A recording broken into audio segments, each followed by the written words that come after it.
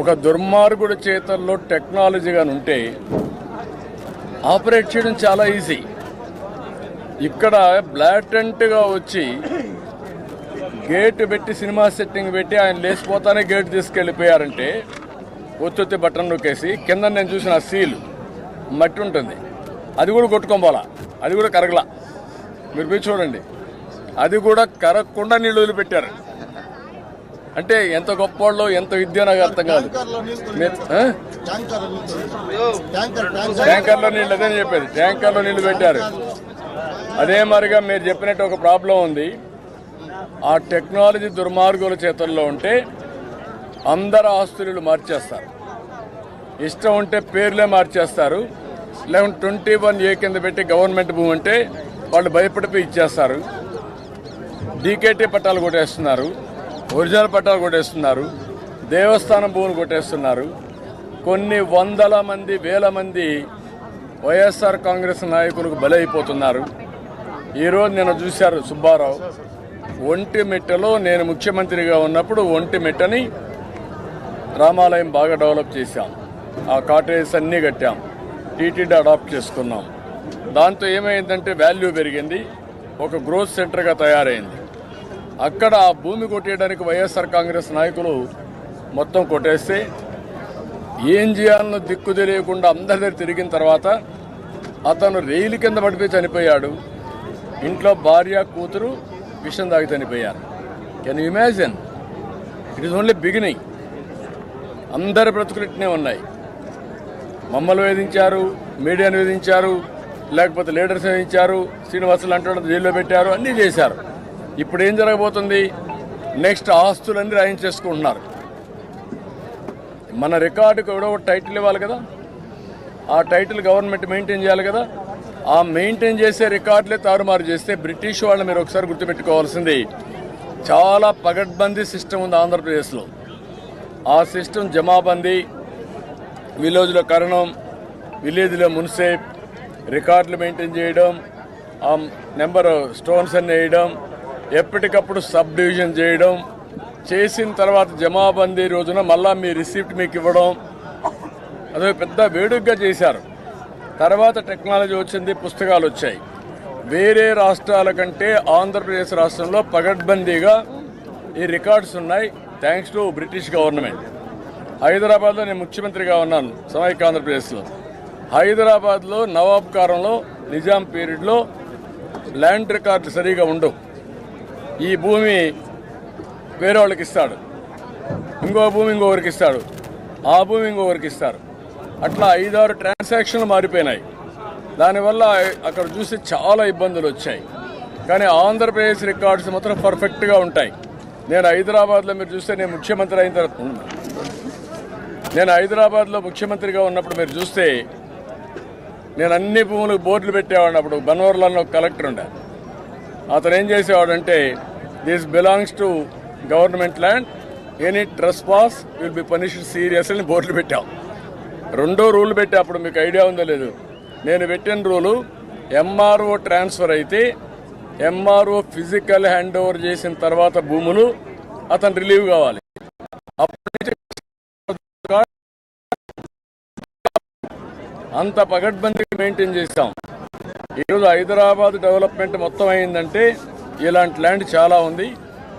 ఆ రోజు బైఫర్కేషన్ అప్పుడు కూడా కొంతమంది పాకిస్తాన్కి వెళ్ళిపోయారు, వాళ్ళ భూములు ఉన్నాయి, నిజాం భూములు ఉన్నాయి, అవి తీసుకొని డెవలప్ చేశాం. ఇక్కడ రికార్డ్స్ అనేటి బ్రిటిష్ పీరియడ్లో ఒక్క ఎకరా కానీ ఒక్క ఇంచు కానీ తప్పు ఉండదు. నేను చిన్నప్పుడు చూశాను జమాబంద్ అంటే ఒక నెల పండగ, కర్ణాలు వాళ్ళంతా ఊరికి వస్తారు, వాళ్ళు రికార్డులు ఎస్టాబ్లిష్ చేస్తారు, అక్కడి నుంచి రికార్డు మనకి రిసీప్ట్లు ఇస్తారు, మళ్ళీ వాళ్ళు పోయి మండల హెడ్ క్వార్టర్లో, తాలూకా హెడ్ క్వార్టర్లో కూర్చుంటారు, రికార్డ్స్ ఎస్టాబ్లిష్ చేస్తారు, డిక్లేర్ చేస్తారు. ఎన్నికల్లో ఫలితాలు ఎట్లా డిక్లేర్ చేస్తారు, 5 ఏళ్లకు జమాబందీలో డిక్లేర్ చేసేవాళ్ళు. అలాంటి రికార్డ్స్ అన్ని ఇతని పెద్ద మనిషి వచ్చి నెమ్మల రాళ్ళు వేసేసాడు, ఆయన ఫోటో పెట్టి. ఇప్పుడు అన్నీ తీసేయాలి పోలీసులు, ఎందుకంటే ఎవరి ఫోటో ఉండడానికి వీల్లేదు కదా.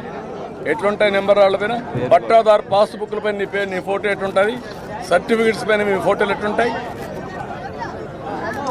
ఎక్కడ పబ్లిక్ ప్లేస్లో ఉండకూడదనుకున్నప్పుడు ఇవన్నీ ఎట్ట పెడతారు అంటే ఒక తుగ్లక్ పరిపాలనని మరిపించే విధంగా ప్రజాధనాన్ని ట్యాక్స్ పేయర్స్ మనీని ఎంత దుర్వినియోగం చేశాడో ఇవన్నీ ఉదాహరణలు. అందుకే నేను కోరేది ప్రజా కోర్టులు ఇలాంటి దుర్మార్గాన్ని శిక్షించాలి. That none of his business. నువ్వు కట్టిన ట్యాక్స్, నేను కట్టిన ట్యాక్స్, వీళ్ళు కట్టిన ట్యాక్స్, పేదవాళ్ళు కట్టిన ట్యాక్స్. ఆ ట్యాక్స్ డబ్బులు తీసుకుపోయి ఇంత దుర్వినియోగం చేయడం అనేది అధికార దుర్వినియోగం. ఇది పరాకాష్ట. అలాంటి వ్యక్తులకి శిక్ష పడాలి చట్టపరంగా. రెండోది ప్రజా కోర్టులు కూడా శిక్షించాల్సిన అవసరం ఉంది. ఆ విషయం నేను చాలా స్పష్టంగా చెప్తాను.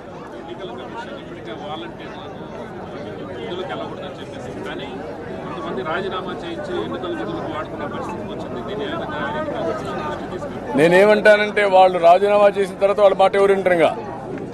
ఈ గవర్నమెంట్ రాదు ఎన్రు ఎవరు అది కూడా ఉంది. దాన్ని కూడా ఎలక్షన్ కమిషన్ యాక్షన్ తీసుకోవాలి. ఏదైతే కాన్ఫిడెన్షియల్ ఇన్ఫర్మేషన్ ఐప్యాక్లో పెట్టుకొని వాలంటీర్ దగ్గర పెట్టుకొని వాళ్ళ ఫోన్లో యాప్లో పెట్టుకొని అధికార దుర్వినియోగం చేస్తున్నారు. ఆ ఫోన్లు వాళ్ళ దగ్గరనే ఉన్నాయి. ఆ ఫోన్ కూడా సరెండర్ చేసుకోవాలి. ఏదైతే ప్యాకేజ్ ఉందో, సాఫ్ట్వేర్ ఉందో అవన్నీ సీజ్ చేయాలి. లేకపోతే వాళ్ళ దగ్గర డేటా ఉంటుంది, ఫోన్లు ఉంటాయి, వాళ్ళు మాట్లాడుతూ ఉంటారు.